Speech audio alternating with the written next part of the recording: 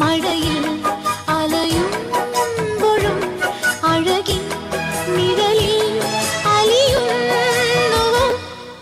മാനത്തെ മച്ചിൽ നിന്നും അമ്പിളി താഴോട്ടിറങ്ങി വന്നോ? താമര പൂങ്കുളത്തിൽ